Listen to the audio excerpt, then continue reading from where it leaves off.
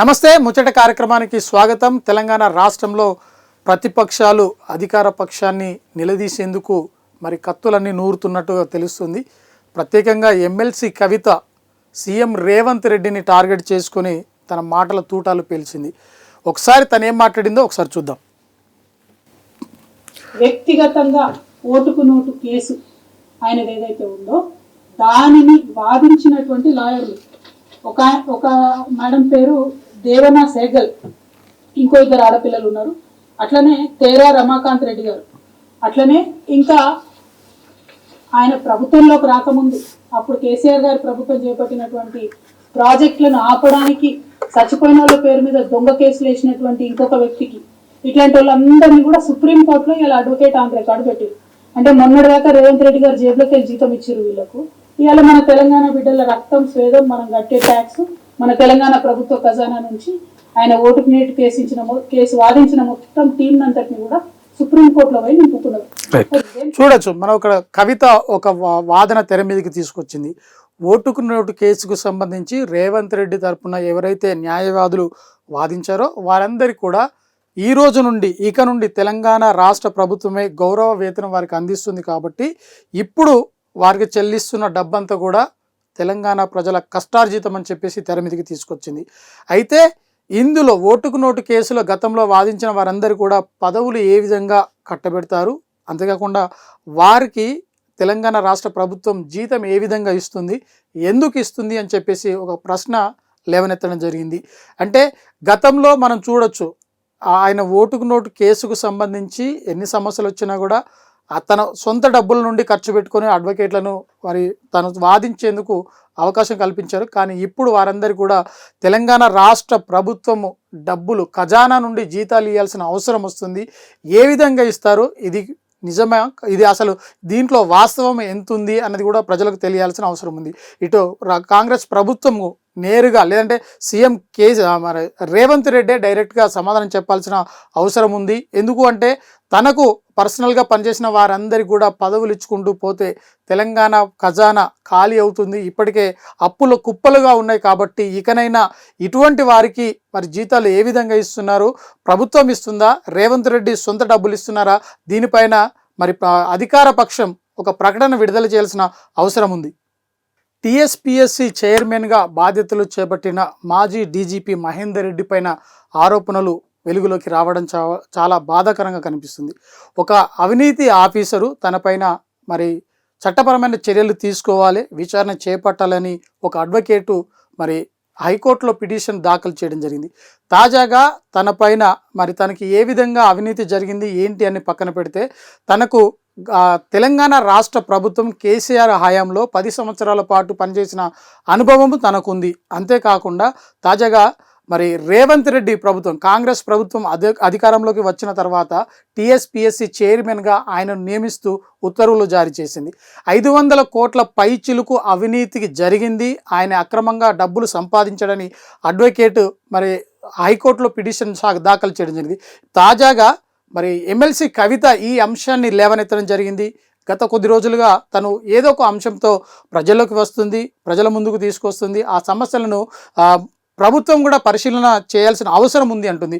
ఒక్కసారి మన కవిత ఏం మాట్లాడింది, డీజీపీ మహేందర్ ఇప్పుడు తాజాగా అంటే మాజీ డీజీపీ ఇప్పుడు టీఎస్పీఎస్సీ చైర్మన్గా పనిచేస్తున్నారు, తనపైన వస్తున్న ఆరోపణలు ఏంటి, ఎందుకు వస్తున్నాయి, గతంలో మరి రేవంత్ రెడ్డి తనపైన ఎటువంటి ఆరోపణలు చేశారు, ఇప్పుడు తనకు టీఎస్పీఎస్సీ చైర్మన్ పదవి ఎందుకు ఇచ్చారో ఒకసారి కవిత మాటలో విందాం.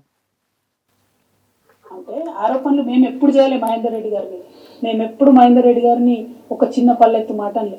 మహేందర్ రెడ్డి గారిని ఇక్కడ మీరు నేను మాట్లాడుకోలేనంత భయంకరమైన భాషలో దూషించింది ఇప్పుడున్నటువంటి గౌరవ ముఖ్యమంత్రి గారు. రైట్, అంత దూషించి వీరే తీసుకొచ్చి టీఎస్పీఎస్సీ చైర్మన్గా చేస్తారు.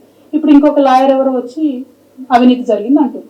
మరి ఈ వైరుధ్యాన్ని ఎట్లా చూడాలి? ప్రజలకైతే ఒక క్లారిటీ రావాలి కదా. కొన్ని మేము అవినీతి చేసినామన్నారు, మరి మా హయాంలో ఆయన ఉన్నాడు కదా 5 ఏళ్ళు, మరి ఎంక్వైరీ చేయమని అంటున్నాం మేము మహేందర్ రెడ్డి గారి. నేనేం కొత్త కోరిక కోరతలేను కదా, సీఎం గారు చెప్పిన దానికి మరి చెప్పినట్టుగా నిరూపించుకోండి. మహేందర్ రెడ్డి గారు స్వాతి ముత్యం కడిన ముత్యం మీరే నిరూపించండి, ఎంక్వైరీ చేసి జ్యుడిషియల్ ఎంక్వైరీ చేయండి. కానీ ఈ క్రమంలో తెలంగాణ నిరుద్యోగులకు నష్టం జరగకుండా జాబ్ క్యాలెండర్ ప్రకటించండి. మీరు మొన్న ఇచ్చినటువంటి జాబ్ క్యాలెండర్లో ఫిబ్రవరి 1వ తేదీ నాడు గ్రూప్ 1 ఇస్తామన్నారు. వచ్చిందా? ఫిబ్రవరి 8వ తారీఖు వచ్చింది.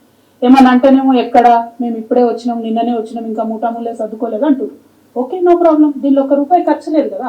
ప్రాసెస్ ఇనిషియేట్ చేయాలి కదా. టైమ్లీ ఇనిషియేషన్ ప్రాసెస్ కోసమే అడుగుతున్నాం, బడ్జెట్ కోసం అడుగుతలేము. అది ప్రజలు గమనించాలని కోరుతున్నాం.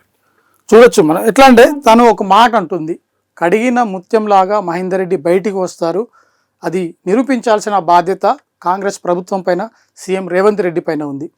మరొక వైపు టీఎస్పీఎస్సికి సంబంధించి ఉద్యోగ జాతర అంటే ఒక జాబ్ క్యాలెండర్ విడుదల చేస్తున్నారు. ఈ రోజు వరకు కూడా ఎందుకు విడుదల చేయలేదు అని చెప్పేసి కూడా ప్రశ్నించుతుంది. ఈ రెండింటి కూడా మరి అధికార ప్రభుత్వం సమాధానం చెప్పినట్లయితే ఇటు నిరుద్యోగులకు అటు మహేందర్ రెడ్డికి మరి వారు సహకరించినట్టుగా ఉంటుంది. అంతేకాకుండా వారి జీవితాల్లో ఇన్ని అనుమానాలు అయితే ఏవైతే ఉన్నాయో, ఇన్ని ఆరోపణలు ఏవైతే ఉన్నాయో ఆరోపణలకు తెరపడేందుకు అవకాశం ఉంది. తెలంగాణ రాష్ట్రంలో కరెంటు కోతలకు ఆంధ్ర అధికారులే ప్రధాన కారణం అని చెప్పి ఎమ్మెల్సీ కవిత ఆరోపణలు మరొకసారి చర్చాంశంగా మారినాయి. అంటే ఇప్పటి వరకు అంటే ఈ సౌత్లో జరుగుతున్న విద్యుత్ డిస్కంలో 4 అధికారులు ఉంటారు. వారిలో 3 తెలంగాణ రాష్ట్ర ప్రభుత్వం వారికి ఆంధ్ర ప్రాంతానికి చెందిన వారిని నియామక చేయడంతోనే ఈ కరెంటు కోతలు మరి చూడాల్సిన వస్తుంది అని చెప్పేసి ఆమె ఆరోపించారు. తెలంగాణ రాష్ట్రంలో సుమారు 4 గంటల పాటు కరెంటు కోతలు కనిపిస్తున్నాయంటే ఆ అధికారులు ఎవరైతే 3 భర్తీ అయ్యారో ఆంధ్రాకు చెందిన అధికారుల తీరుతోనే ఇటువంటి పరిస్థితులు ఎదుర్కోవాల్సి వస్తుంది. గత ప్రభుత్వంలో ఏనాడు కూడా కరెంటు కోతలు లేవు. ఎటువంటి పరిస్థితులు ఎదుర్కొన్నా, గడ్డు కాలం వచ్చినా కూడా ప్రభుత్వం నిర్వీర్యంగా మరి ఎక్కడ కూడా కరెంటుకు సమస్యలు లేకుండా ముందుకొచ్చింది. కానీ నిరంతర విద్యుత్ సరఫరా చేసింది. తెలంగాణ రాష్ట్రంలో కాంగ్రెస్ పార్టీ అధికారంలోకి వచ్చిన తర్వాత ఈ డిస్కంలకు సంబంధించి వేరే రాష్ట్రాలకు చెందిన అధికారులను నియమించడంతోనే ఈ కరెంటు కోతలు వస్తున్నాయని చెప్తున్నారు. ఒకసారి కవిత ఏం మాట్లాడిందో ఆ మాటలు విందాం. అత్యంత కీలకమైనటువంటి సంస్థ. ఆ విద్యుత్ సంస్థలో కూడా మీరు మొత్తం ఆంధ్రలోనే నింపారు. 4 డైరెక్టర్లు ఉంటే 3 ఆంధ్రాలు ఉన్నారు విద్యుత్ సంస్థలో. దాని పర్యవసానం ఏం జరుగుతుంది? ఇవాళ హైదరాబాద్లో, గచ్చిబౌలిలో, బంజారాహిల్స్లో 4 గంటలు కరెంటు పోతుంది. ఏదైతే ఇండస్ట్రీస్ కోసం పార్కులు పెట్టినామో అందులో 3 గంటలు కరెంటు పోతుంది. ఇక రైతులనైతే పట్టించుకునే నాదులు లేదు. ఎప్పుడు కరెంట్ వస్తుందో ఎప్పుడు పోతుందో తెలియనటువంటి పరిస్థితి ఉన్నది. మీరు మొత్తం ఆంధ్రలోనూ నేను 3 పేర్లు చదువుతా ఇవ్వాలి ఖచ్చితంగా. 4 ఎస్పీడిఎస్సిలో మీరు డైరెక్టర్లు పెట్టుకుంటే అలా నందకుమార్ అంటే ఆయన, నరసింహులు గారు అంటే ఆయన, సుధా మాధురి అనేటటువంటి మేడము, వీళ్ళందరినీ కూడా మీరు డైరెక్టర్లు వేసుకున్నారు. వీళ్ళను ఆంధ్రలను డైరెక్టర్లు వేయడానికి 7 సీనియారిటీ ఉన్నటువంటి తెలంగాణ వాళ్ళను పక్కన పెట్టి ధర్మాధికారి కమిషన్ ఇచ్చినటువంటి రిపోర్ట్ని మీరు ఆసరాగా చూపించి, ఒక సాకుగా చూపించి ఇవాళ ఆంధ్రాలను తీసుకొచ్చి తెలంగాణ కరెంటు మలిపోయే విషయంలో మీరు ఊసబెట్టారు. మరి కరెంట్ ఎట్లా వస్తుందండి? ఎట్లుంటుంది? తెలంగాణ ప్రయోజనాల మీద వాళ్ళకి ఏమి ఇంట్రెస్ట్ ఉంటుంది? ఇదివరకు కేసీఆర్ గారు ఉన్నప్పుడు 1 నిమిషం అన్న కరెంటు పోయిందా? ఇలా హైదరాబాద్ మహానగరంలో విశ్వనగరం చేద్దాం అనుకున్న దగ్గర 3-4 గంటలు కరెంటు పోతుందంటే దీని వెనుక ఆంధ్ర కుట్ర లేదా?